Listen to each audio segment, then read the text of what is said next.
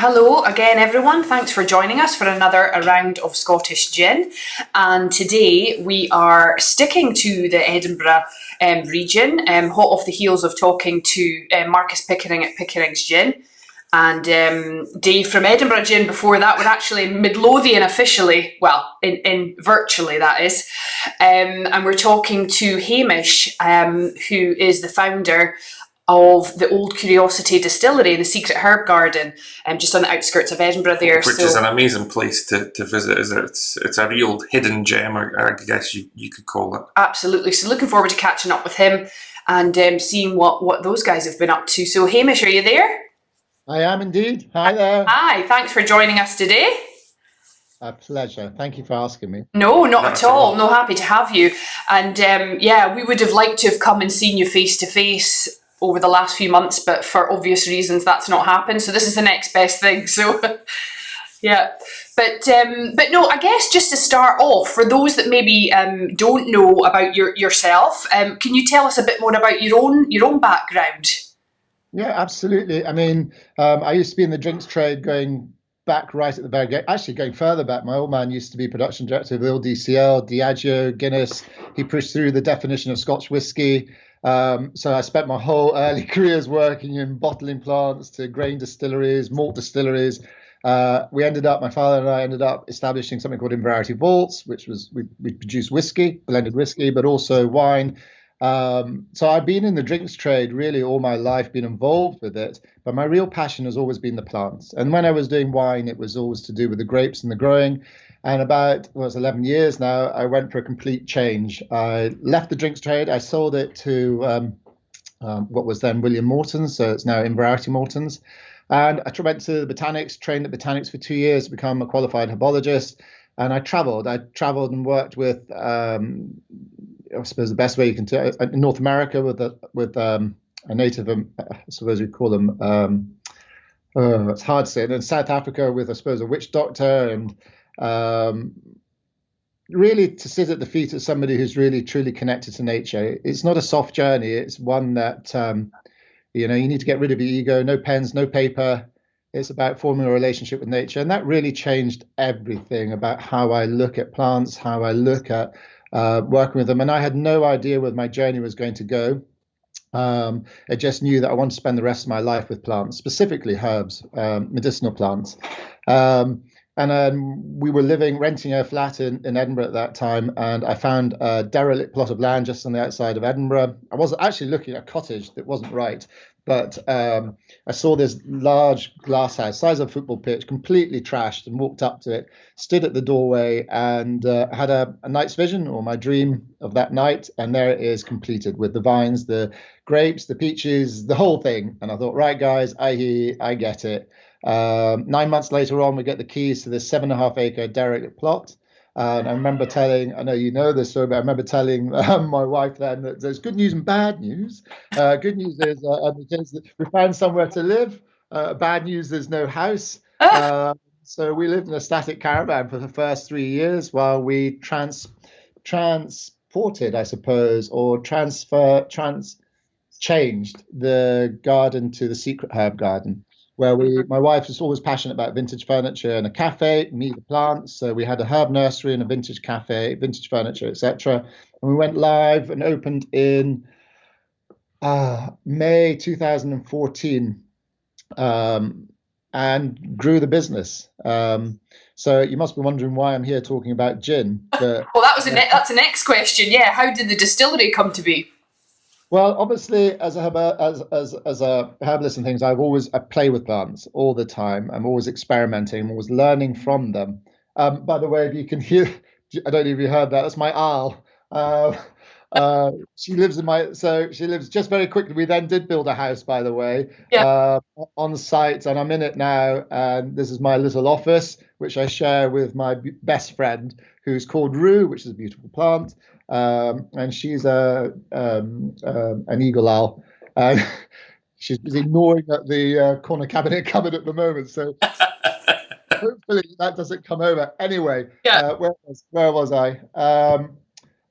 Basically how we got into gin. And I've been distilling plants to make tinctures, etc. And we've got the largest planting of apothecary roses anywhere in the UK, and we were growing the petals for herbal teas and herbal medicine. And then really, I found out just by chance to make this gin that turned pink when you added tonic from the petals and from the roses. And we drank it at home for just for fun. And then things were, it's hard. We've got 5 kids and everything else to make a living. And Liv said, you're gonna have to do something else, selling the plants and cups of coffee and things. So said, that thing you can do the gin, you better make a business with it. And I said, oh, come on, the gin market's saturated, surely not. And that was back in 2007. Told you I haven't really caught up. 2017. And we went live, obviously quite a lot to get it put together. Got some shareholders because we had no money to do it, but we converted the barn to an ATEX rated distillery and went live then. And thank goodness we did, because really that has been the saving grace of everything, for helping to reinvest and move the garden hugely forward. And so where we are today, we've got the distillery, we've got a large bottling plant that's at Bilston, which is less than a mile away from us, another warehouse for dry goods. And my old business, I'm now employing Colin, who's my ops director, who I've known since he was about 22 and my first van driver. Maggie, Derek, all people that I used to work with at Inverarity have come on board also here. So the distillery now, for a small distillery, we're employing about 23 people, but it's very much a family. Obviously, with the new COVID restrictions, it's harder, but we'd still have the most beautiful garden that we can work and share with people. So I'm not sure if that sort of helped answer the first question. You're probably thinking, my God, don't ask me any more questions. No, that's amazing. I mean, what achievement. I'm sitting here feeling like an underachiever with everything that you've done. That was a very quick history of yourself and how how the distillery came about. You'll have had lots of hurdles to overcome and lots of challenges and other things, but it's great to see what you've managed to achieve and build and grow. And like you said, it's obviously it's a very family focused business where you've managed to create employment. You've got people working for you that add value to the business. So that is a fantastic foundation to have for any business, never mind have for a gin business. Yeah, fantastic. No, good job. Yeah, we're off to a good start. Yeah, on you go. Yeah, I'm hogging the questions again. I always do this. She's always desperate to ask. On you go. So in the garden themselves, we've obviously been. It was probably over 2 years ago, so I'm sure a lot has happened since then. But what are some of the most weird and wonderful plants that you grow there? Well, I mean, if you haven't been for 2 years, the juniper now is in its full 3rd year. And when we first planted it, everyone said, "Oh, you're nuts! You're not going to get it to work," et cetera, et cetera. And of course, my wine trade previously, I've done it in a vineyard style, so lovely straight rows. We have the hugest crop this year. I mean, I can't tell you how remarkable it is. And we are at the foot of the Pentlands, and I did grow 2,000 from the Pentland Hill Trust gave me some cuttings, and I grew 2,000 bushes for them to plant into the schools and everything. So juniper, and that was before we did gin. We naturally, our location fits juniper beautifully. It's an indigenous plant, so it's fitted really well. So I suppose having that juniper as a first win is amazing for us. And we've just now, I think I said or posted some pictures. We've just done another 2,000 first young cuttings that have gone into the nursery. We've got another 2,000 for next year. So by the time we're finished, if you come in the garden in another 3 years, you won't be able to move because of juniper. Yeah. So I suppose that's the main push, because it's a gin, obviously. Yeah. But what I say to people is that I'm not interested I'm not interested in making the neutral grain spirit. We buy that in, and I always say to people, that's like an artist. That's like giving you a white canvas. Yeah. What I am interested in is in the colours, is in how to make those colours, how to blend those colours, and how to put them onto the board so you can do the artistic flavours of that. So when you come to the garden, my real passion is what people call well, they're going to call them weeds. I call them our wild indigenous plants. They're what I truly, truly believe in. So if you come to the garden, we have raised beds of wood avens, yarrow, sweet cicely, bog myrtle, Scots lovage is one of my favorites actually, that are growing in sweet woodruff.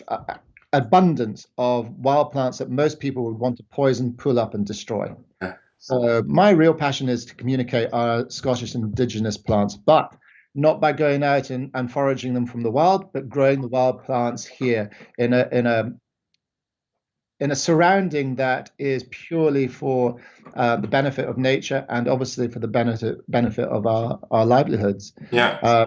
I'm not a great believer in foraging for junipers and other plants, unless it's done very, very sensitively. We take enough from nature as it is in our modern agricultural farming methods. And for me, what I really want to, I was going to say shout about, but sing about really is when people come here is to see, well, actually, there's a balance to be had. And I always tell people when I do children's walks, fairy walks, or whatever around the garden, who wants a friend that takes from you all the time? And that's what modern agriculture is all about. It's take, take, take.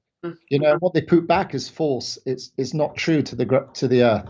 So when you come here, you know that actually this is a loving relationship. We're giving and taking. So we have huge wild corridors to invite nature. Obviously, no chemicals, not even organic. I won't go nothing. And then we have great plans for the gardens to continue to develop that. So really, when it comes to what plants we've got, I don't know. We have 250 different botanics growing that you could at any one time use in a gin. And I sell 600 different types of herbs in pots to, like a herb nursery. So really, and I really push hard the wild plants. So we have a whole section in the nursery where you buy wild plants, where most people. So I even had customers buying. I don't want to bore you about plants, but something like mare's tail that it's got the highest silicon content of any plant, but most gardeners would see that as something really petrifying in a garden. Yeah, it can be, it is invasive, but you keep things controlled. It's like a bully in the playground. Yeah, you're welcome in the playground, but this is how we play in this part of the field. When you're out in the wild, crack on. Yeah. Do as you wish. But here we all need to work together to produce a same goal. And for me, that goal is to highlight how beautiful nature is and that ability to farm with her in a relationship style. So not just about the plants, but it's how you grow those plants and how you take those plants is for me is the key. Yeah, I think it's fascinating that potentially out there could be plants that hold the keys to curing some of the world's worst prevalent diseases that haven't been discovered yet, I couldn't agree more. If you think about it, modern medicine is made up of 92% of all modern medicine is extracted from plants. So there's this beautiful balance here that nature teaches us everything we ever need to know. We just need to be there to listen, to watch, and to understand. And yes, and so I'm obviously a herbalism, and I believe passionately about taking whole plants, but having knowledge about it, obviously. Yeah. Whereas modern science will take one plant chemical from that. But you know what? Life's about balance, and science has moved on so much, but we can't forget where we all came from. We can't forget we're all, what everything's based on. And no more so prevalent with COVID-19, this way to have a relationship with plants. And I bet you the secret will be in some plant material. Definitely. So I guess our next question is when you're developing a new gin recipe, what's your process? Is it just get into the distillery and start experimenting, or does it originate with an idea or a plant? Does that drive things? Everything. So I've got a fantastic distiller. I don't know, you might have met him, Mark. He is as passionate about his stills as I am about my garden. So I don't get involved in the distilling whatsoever.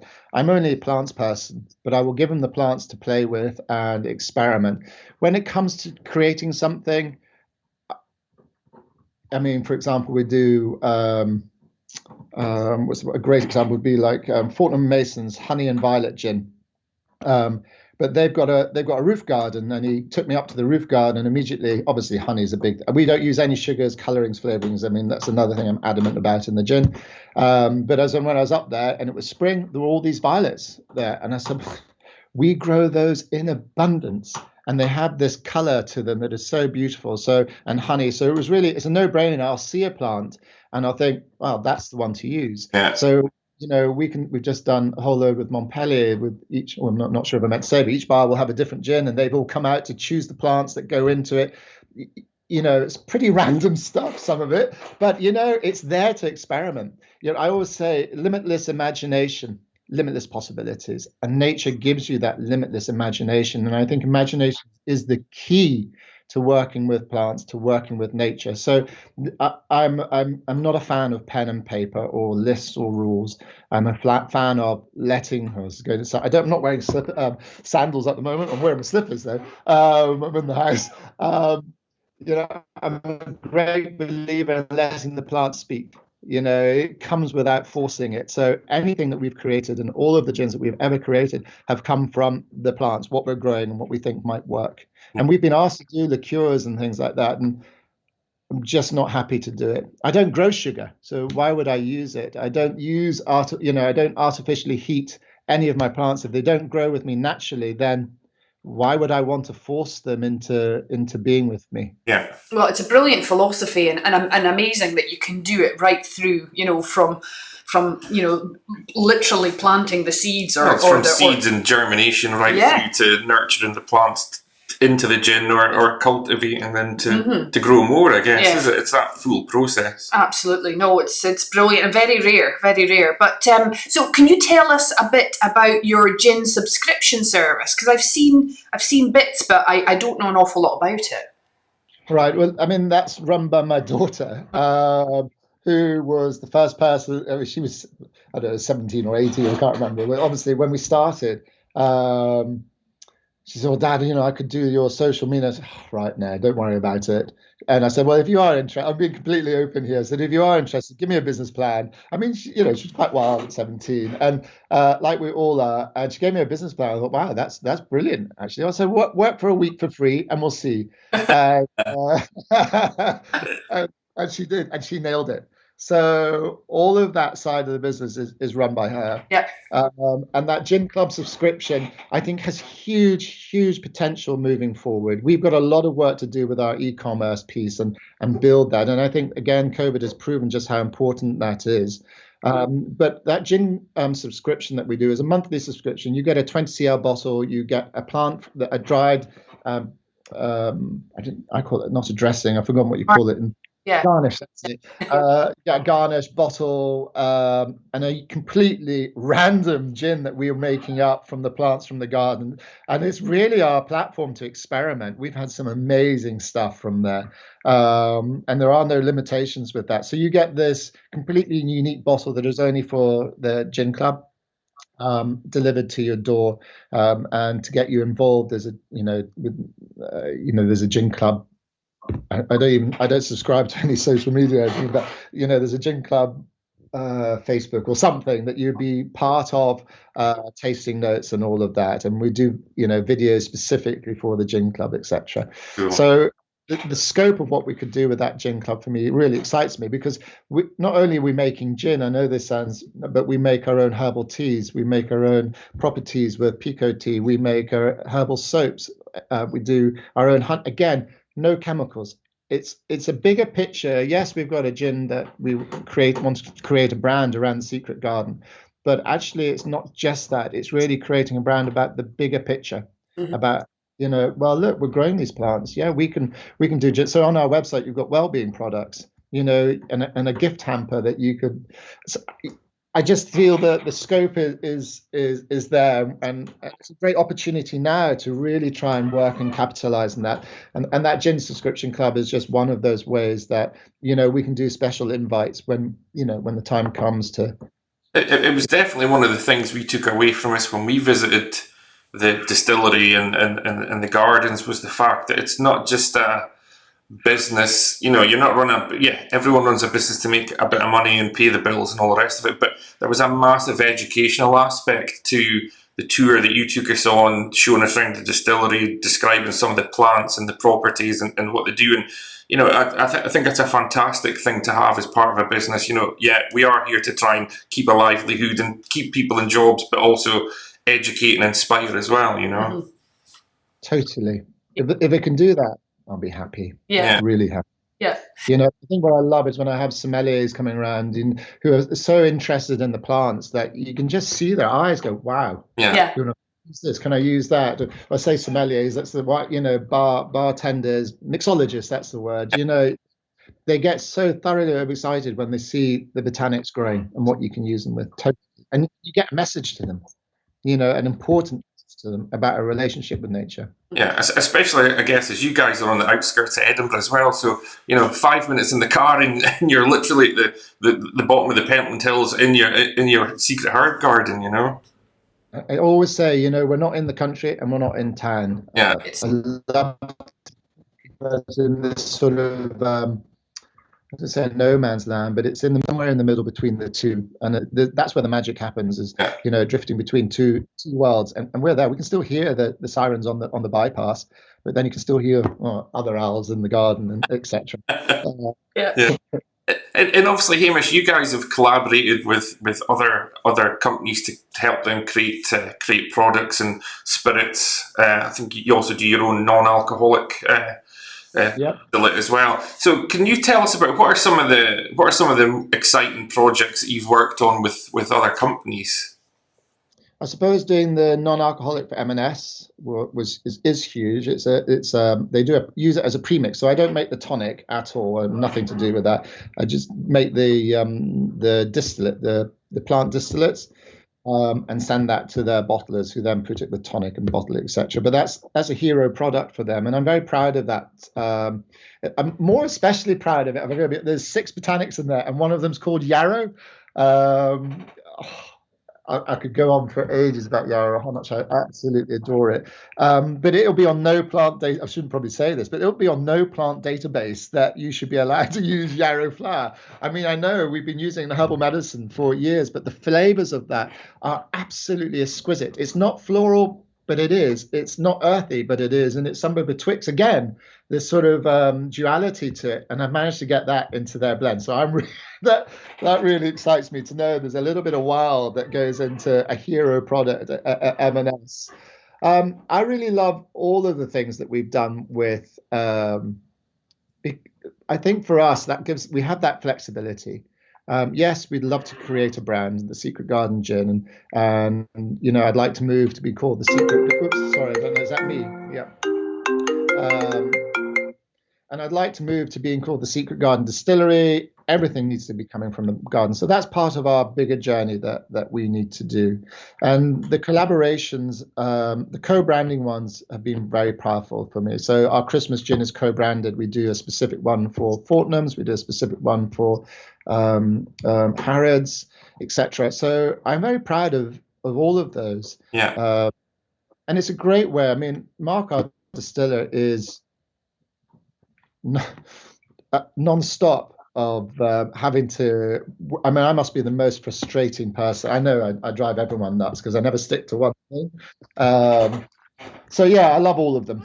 In short, I'm probably talking too much. Probably run over our. No, that's the whole point. That's fine. But no, we've seen some recent ones. I mean, I think like Cask Smugglers and the Balmoral. You obviously did the gin for their their own bar and hotel, so yeah, you guys are clearly busy.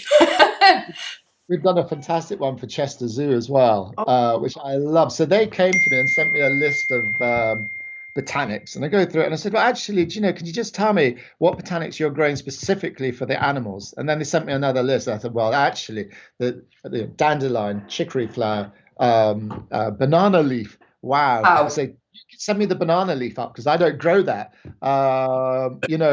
So the idea with that one was to say, right, okay, give me the plants that feed your animals and I'll make a gin that feeds your spirit. Yeah. And so we launched the Chester Zoo gin, which went live, I don't know, obviously it was held back. It was meant to be launched in April, but it has gone live and it's been phenomenally successful. But it's that sort of fun that I just love. Yeah. Brilliant. I wanted to do their label on elephant poo paper. Was that stretched too far for them, was it?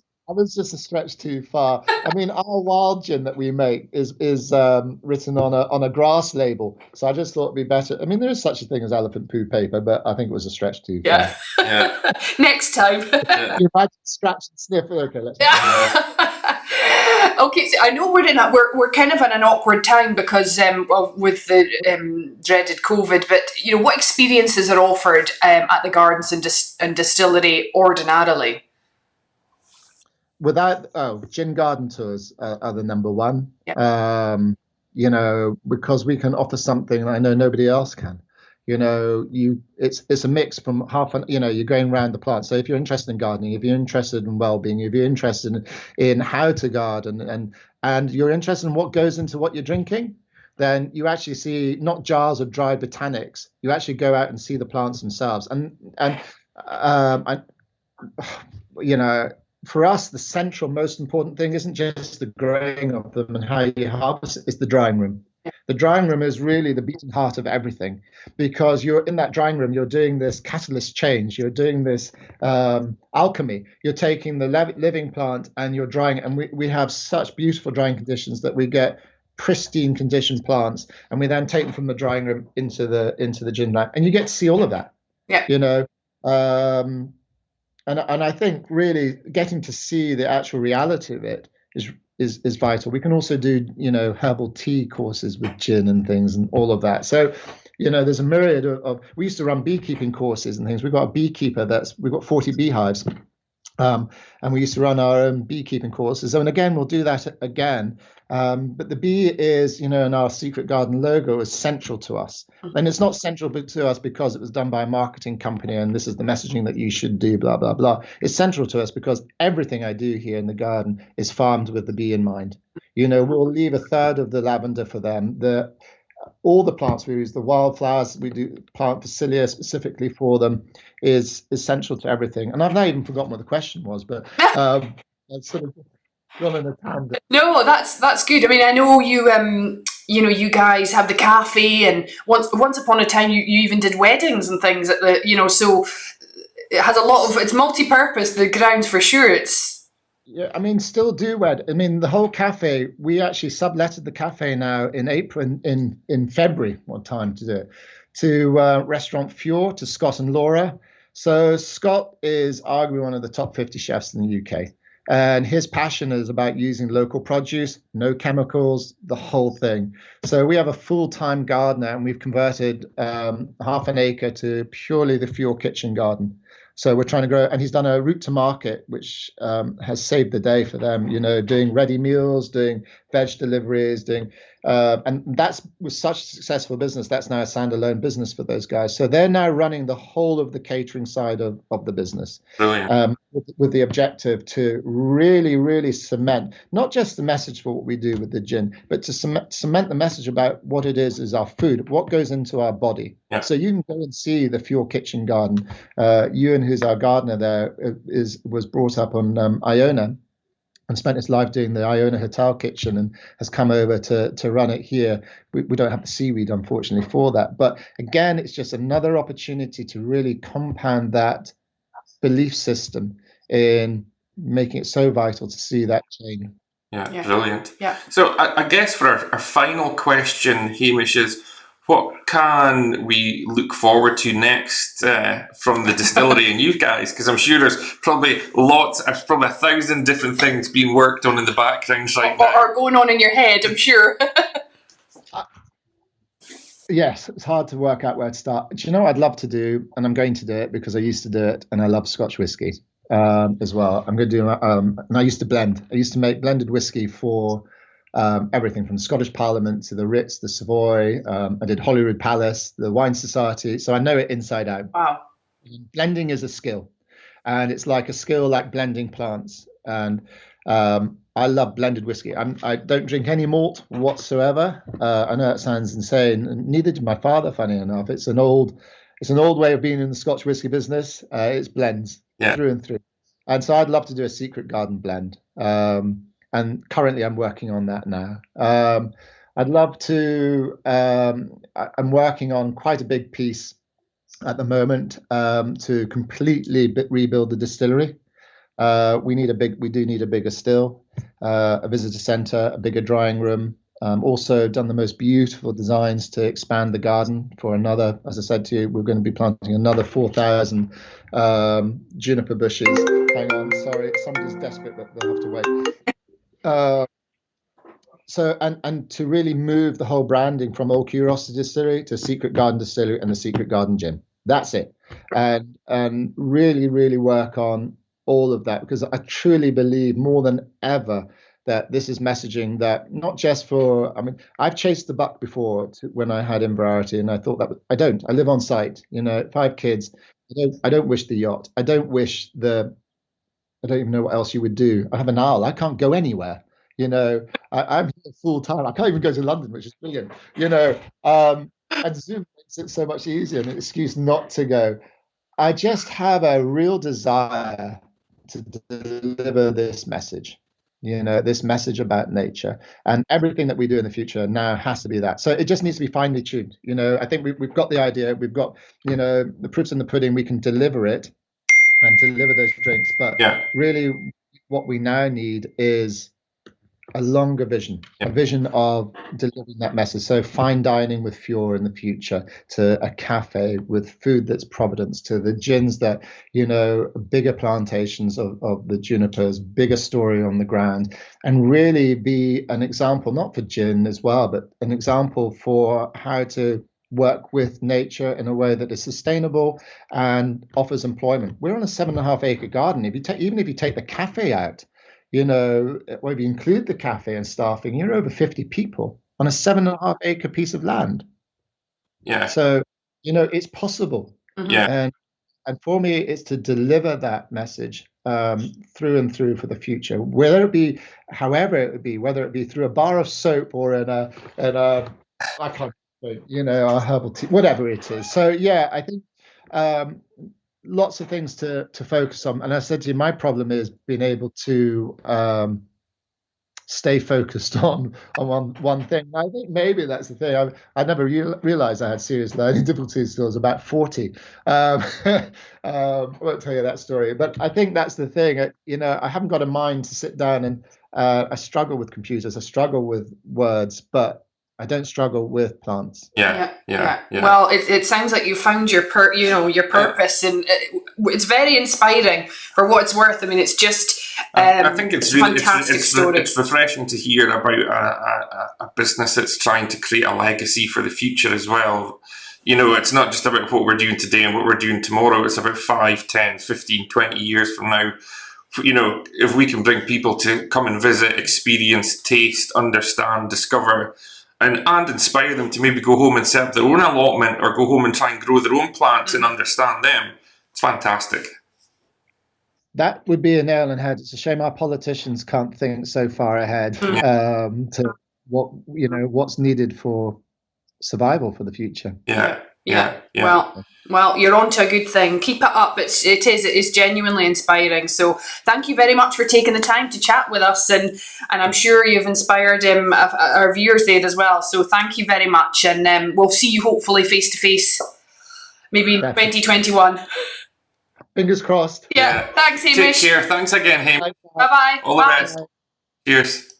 That was great. Thanks to Hamish for catching up with us. Wow.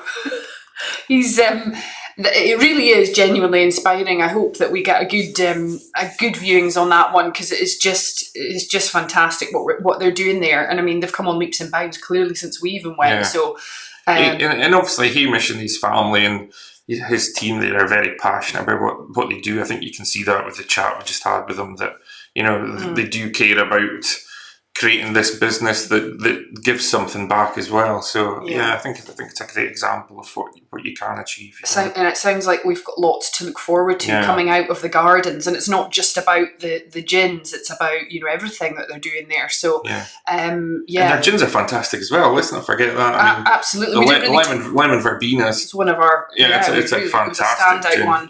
And there's a couple we haven't even tried, but no, that was really enjoyable. And stay tuned. We'll bring you in on the next round of Scottish gin before long. Yeah. But thanks for that. Perhaps the next one will have an owl in it. Who knows?